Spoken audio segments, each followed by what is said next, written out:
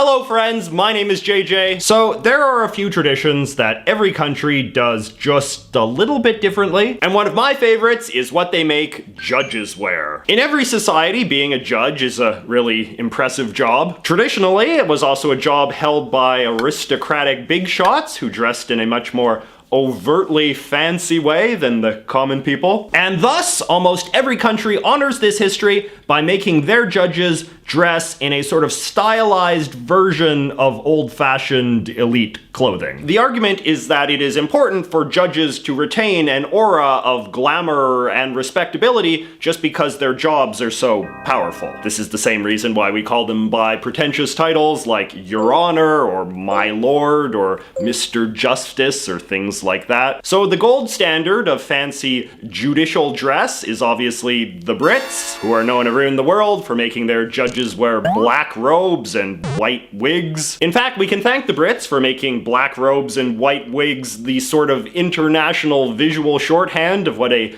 judge looks like in cartoons and clip art and the rest. Now, everyone is fascinated by the wigs, but the reasoning behind them isn't really that exciting. They're literally only worn to make judges look special. Basically, during the 17th century, long hair was very in fashion, and a lot of men would wear long wigs in order to look cool. And then in the 18th century, it was considered cool to have short curly hair with a ponytail in the back, so a lot of men started wearing wigs to get that look too. But then when wigs fell out of fashion in Britain, judges continued to stubbornly wear them in order to look more quaint and retro, which is something that British culture tends to regard as inherently good. It's worth noting that it wasn't just the judges that continued to wear wigs, however. For centuries after wigs fell out of fashion, a lot of Brits in prestigious jobs continued to wear them as a way of making themselves seem very elite and special, including lawyers and bishops, and people who worked in close proximity to the royal family, like stagecoach drivers and doormen. Hello, gentlemen, and welcome to Buckingham Palace. And certain officers of Parliament, like the Speaker of the House of Commons and his clerks. Now, the story behind the black robes is a little bit more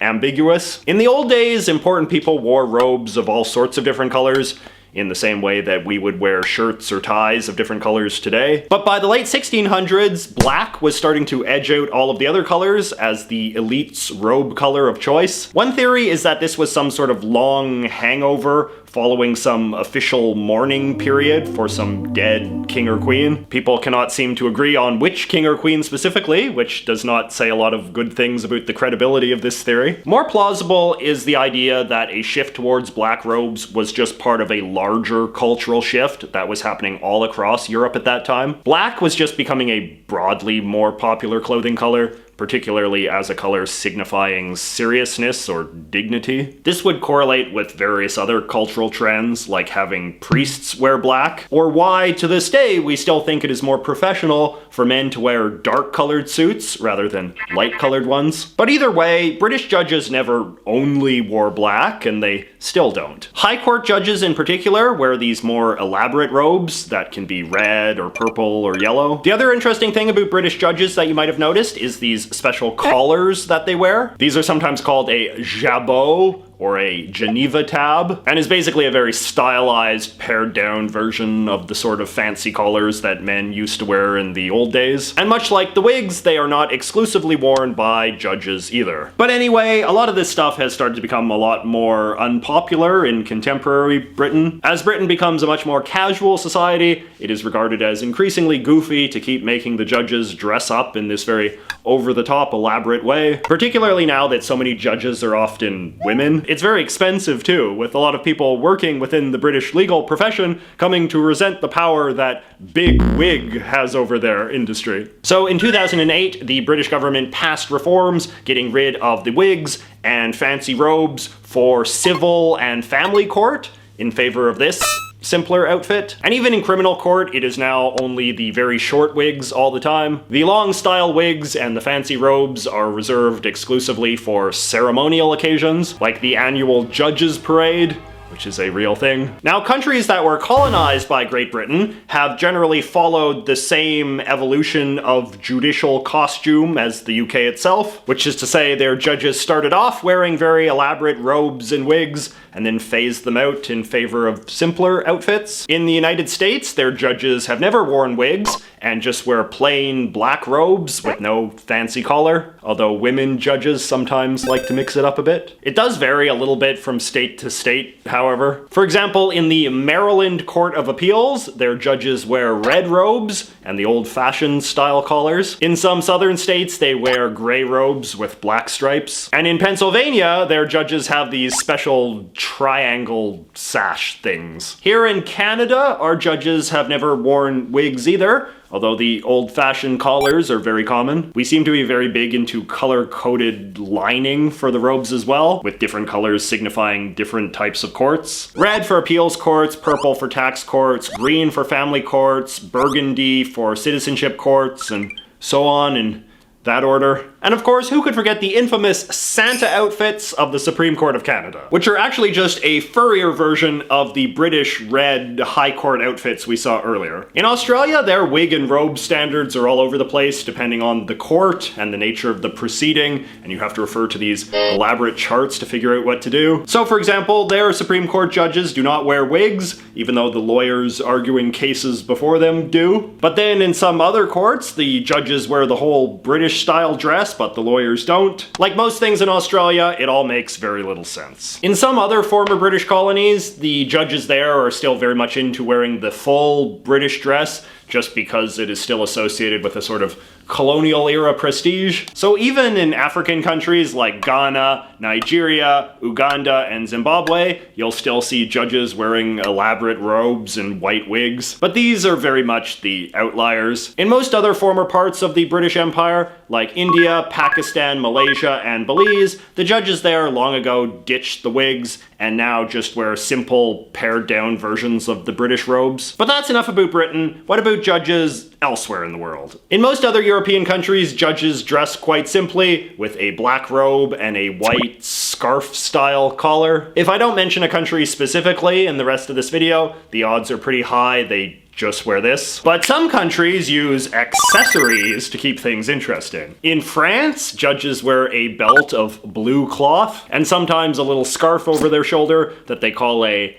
epotege. On fancier occasions, their judges will wear these robes with the billowy red sleeves. You'll notice that red is a very common color for judicial robes around the world after black. High-ranking French judges, meanwhile, wear these special fur-lined robes over their other ones. And on ceremonial occasions, they go even further with these super fluffy numbers. But the most gimmicky thing about French judges are these little cylindrical hats that they wear, which they call a toque, which is funny to me because in Canada, a toque is what we call a beanie. Toques are like the go-to symbol for judges in France that you see in cartoons and stuff. Kind of like wigs in Britain. French judges don't actually wear them much these days, but on ceremonial occasions, they will at least hold them. A fun fact is that US Supreme Court judges used to wear toques as well. Some of the judges have recently been trying to bring them back for ceremonial occasions. And just like with Britain, any country that has had a history of French colonialism will probably have judges that dress in the French style as well, including Haiti and Congo and Côte d'Ivoire. In Cameroon, which is a country that was formed by merging a former French colony with a former British colony,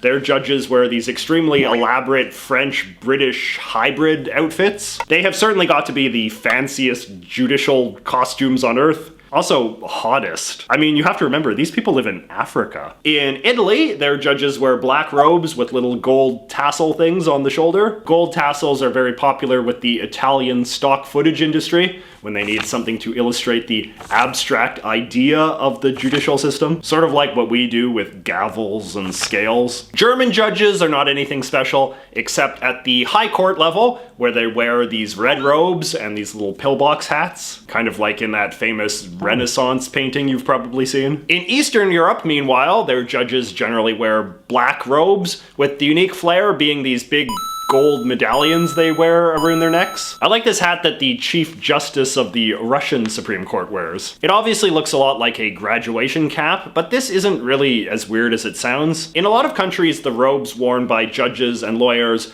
are the same as the robes worn by university students on graduation, which kind of makes sense when you think about it. I mean, in both cases, the purpose of the robe is to imply that you have some degree of continuity with a previous generation of robe-wearing elites. So why bother having two different styles then? Indeed, in a lot of countries, judicial costumes are not even distinguished from graduation costumes in the public imagination. Now, sometimes a country will decide that they're just going to make up a brand new judge costume from scratch. Either because their judges have historically never worn anything special and they now want to go along with the global trend, or because their previous style of judicial costume was problematic for some reason. In post-apartheid South Africa, for instance, they created these new green robes for their Supreme Court justices in order to signify a clean break with the previous regime. And going back to what I said before, some post-colonial countries have also created brand new styles of judicial robe rather than continue to wear the style of their former imperial master. Check out these new robes that they're wearing in Kenya, which have a sort of tribal-inspired traditional design. Or these new Jamaican robes that have the color of the Jamaican flag on them. Or these nice red robes that they recently started using in Singapore. The Chinese similarly introduced these Western-style black robes to their judges in the year 2000. People were getting tired of being judged by men in communist military uniforms, which was the previous system. But then there are some places where the judges don't wear robes at all. Places like all of South America. Okay, fine, maybe that's not exactly true. Judges in Colombia and Brazil wear perfectly nice black robes, and judges in Peru have these little Russian-style medallions. Judges in Venezuela have the fanciest outfits of all, with red lining and medallions. But still, Argentina, Chile, Paraguay, Uruguay, Ecuador, nothing. I don't quite know why this is. If you're from a South American country, let me know what your theory is. Judges in Spain, after all, have pretty fancy judicial outfits, known for their frilly cuffs. Judges in Puerto Rico dress this way too, incidentally. In the Dominican Republic, their cuffs are purple. And they have hats. And lastly, let us look at these judges from Turkey. I have no idea what these outfits represent, I just think they look cool. Anyway, if you know any other judge costume fun facts, please let me know in the comments below. If you've enjoyed this video, please give a click to that like button, subscribe if you haven't already, and I will see you all next week.